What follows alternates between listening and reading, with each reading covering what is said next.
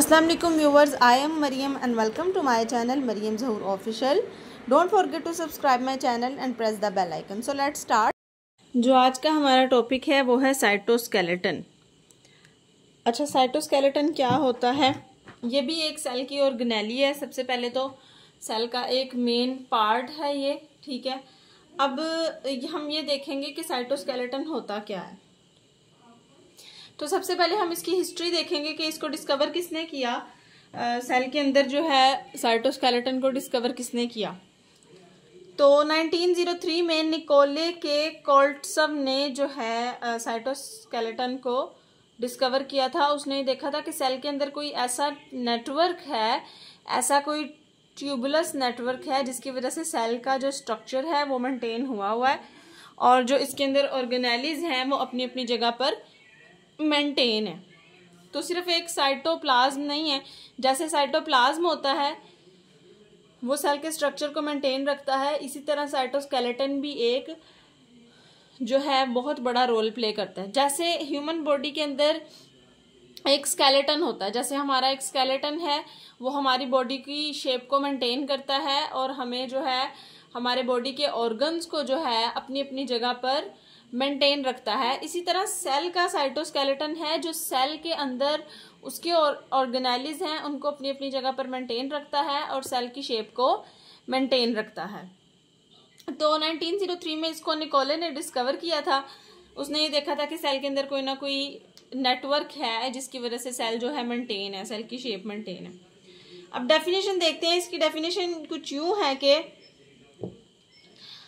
Network of thin tubes filaments. अच्छा, ये क्या है? नेटवर्क है थिन ट्यूब्स का और फिलामेंट्स का। ट्यूब्स आपको पता है किसको कहते हैं? इस तरह का कोई भी जो होलो स्ट्रक्चर होता है इसको हम ट्यूब कहते हैं, ठीक है।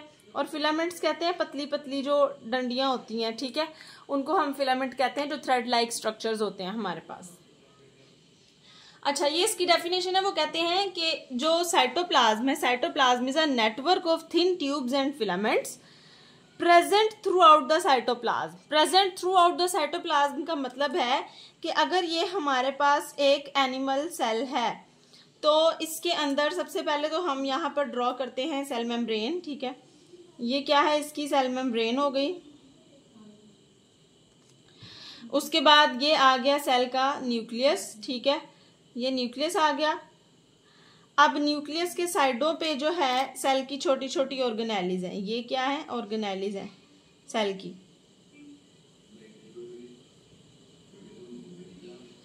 ये ऑर्गेनेलीज हैं, ठीक है। अब इसके अंदर एक फ्लूइड लाइक जो जेली लाइक मटेरियल है, मैंने आपको पहले बताया था, वो क्या था? साइटोप्लाज्म। मतलब ये सारा क्या है जो इसके अंदर जेली लाइक मटेरियल है, ये क्या है? साइटोप्लाज्म।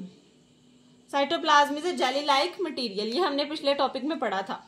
अब वो कहते हैं कि present through out the cytoplasm. Present through out the cytoplasm का मतलब है कि जहां जहां साइटोप्लाज्म है ना, साइटोप्लाज्म के अंदर ये नेटवर्क बना हुआ है इस तरह से, जिसने सेल को क्या किया हुआ है? अपनी जगह पर मेंटेन किया हुआ है। नेटवर्क है, किस चीज का नेटवर्क है? थिन ट्यूब्स का और फिलामेंट्स का। यानी यहाँ पर थिन ट्यूब्स हैं छोटी छोटी और इसके बीच में कुछ फिलामेंट्स हैं जिन्होंने सेल को अपनी जगह पर मेंटेन किया हुआ है। उसके बाद है पार्ट्स ऑफ साइटोस्केलेटन। साइटोस्केलेटन के हमारे पास तीन मेन पार्ट्स हैं। उसके अंदर आती है माइक्रोट्यूबुल्स, यानी कि छोटी छोटी ट्यूब्स होती हैं। माइक्रोफिलामेंट्स, छोटे छोटे थिन जो है वो फिलामेंट्स होते हैं, यानी जिस तरह कह लें कि थ्रेड लाइक मटेरियल होता है। और उसके बाद हमारे पास इसके अंदर होता है इंटरमीडिएट फिलामेंट्स। इंटरमीडिएट फिलामेंट्स होते हैं जो उनको फिलामेंट को आपस में जोड़ते हैं और ट्यूब्स को आपस में जोड़ते हैं। अब हम पढ़ लेते हैं कि ये माइक्रोट्यूबुल्स और माइक्रोफिलामेंट्स वगैरह ये चीजें क्या होती हैं। अगर माइक्रोट्यूबुल्स की बात की जाए तो कहते हैं कि ये होलो ट्यूब्स हैं। होलो ट्यूब्स का मतलब है कि इनके अंदर इस तरह से होल है। माइक्रोट्यूबुल्स क्या है? होलो ट्यूब्स हैं। इस तरह की जो ट्यूब्स है ना वो आपस में जुड़ी हुई हैं, इसको कहते हैं माइक्रोट्यूबुल्स। और ये किससे मिलके बनी है? Made with tubulin protein. क्या है ये? होलो ट्यूब्स हैं और मेड विथ ट्यूबोलिन प्रोटीन, ये ट्यूबोलिन प्रोटीन के साथ मिलकर बनी है। और इसका फंक्शन क्या है? अब ये मैंने जो है ना यहाँ पर इसका फंक्शन लिखा हुआ है। इसका फंक्शन क्या है? ये होल्ड करती है ऑर्गेनेलिस को उनकी प्लेस पर। ऑर्गेनेलिस को उनकी प्लेस पर कैसे होल्ड करती है ये देखें, आपको मैं डायग्राम के अंदर दिखाती हूँ।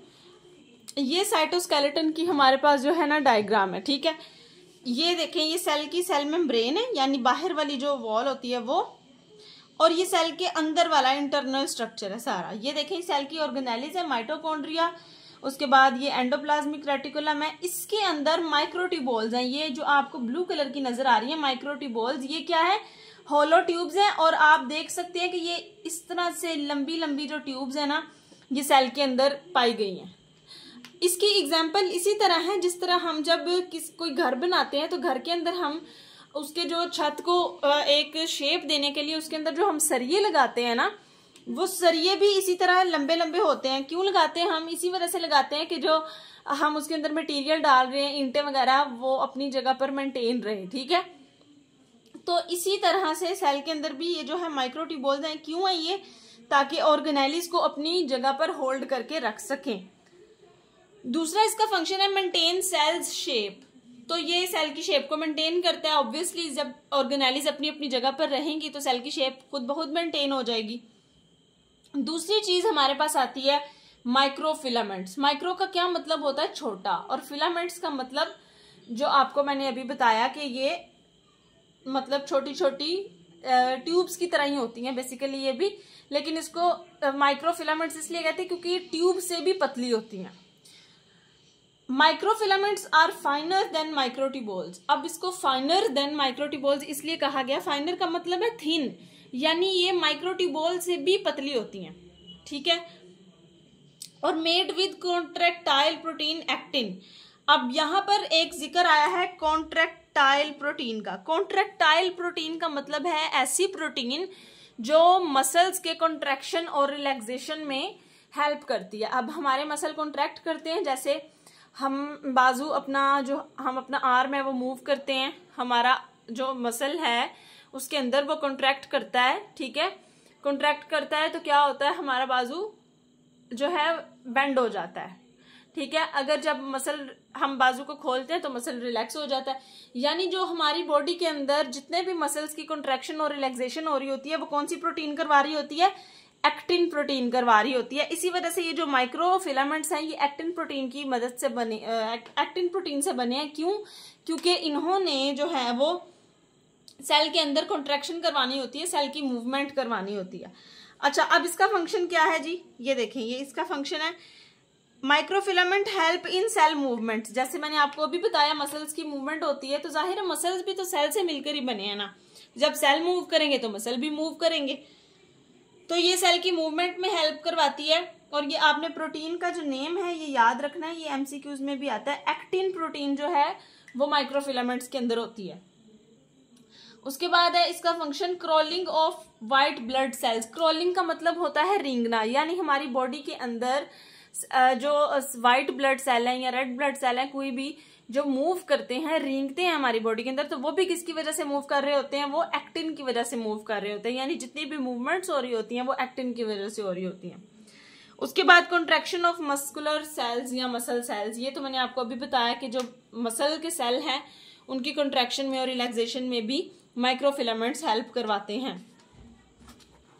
तो उसके बाद जो हमारे पास तीसरी चीज है वो है इंटरमीडिएट फिलामेंट्स। यहाँ पर आप डायग्राम के अंदर देखें, ये हमारे पास माइक्रोट्यूबोल थी, ये जो लॉन्ग ट्यूब्स हैं, और ये हमारे पास छोटी छोटी बिल्कुल बारीक बारीक ये क्या है? माइक्रोफिलामेंट्स हैं, जो कि उसके साथ बिल्कुल उसकी वॉल के साथ अटैच हुई हुई हैं, क्योंकि इन्होंने मूवमेंट करवानी होती है बेसिकली। अब इंटरमीडिएट फिलामेंट्स, इंटरमीडिएट का मतलब भी क्या होता है? दरमियानी चीज। इंटरमीडिएट का ये देखें, जो इंटरमीडिएट फिलामेंट्स हैं ये सेल मेम्ब्रेन से लेकर नीचे तक, यानी सेल के पूरे साइटोप्लाज्म के अंदर जो है एक नेटवर्क बनाकर फैले हुए हैं। जिस तरह से कोई भी चीज, किसी ने जाल बनाया होता है ना, किसी चीज ने जाल, जैसे कभी आपने नेट देखी हो तो उसके अंदर एक जो उसका स्ट्रक्चर है वो दूसरे के साथ जुड़ा होता है, दूसरा बॉक्स तीसरे के साथ जुड़ा होता है। इसी तरह से ये जो स्ट्रक्चर है ना इंटरमीडिएट फिलामेंट्स का, ये इसी तरह से सेल मेम्ब्रेन के अंदर, पूरे सेल के अंदर जो साइटोप्लाज्म है उसके अंदर फैला हुआ है। देखें, जैसे ये हमारे पास सेल है, ये इस तरह से जो स्ट्रक्चर है ना, ये माइक्रो इंटरमीडिएट फिलामेंट्स का, ये इस तरह से फैला हुआ है। मतलब एक बॉक्स के साथ एक बॉक्स जुड़ा हुआ है, दूसरे के साथ दूसरा, तीसरे के साथ तीसरा। इसको हम कह रहे हैं इंटरमीडिएट फिलामेंट्स। ठीक हो गया। अब इंटरमीडिएट फिलामेंट्स क्या होते हैं? बेसिकली ये रॉड्स होते हैं। रॉड क्या होते हैं?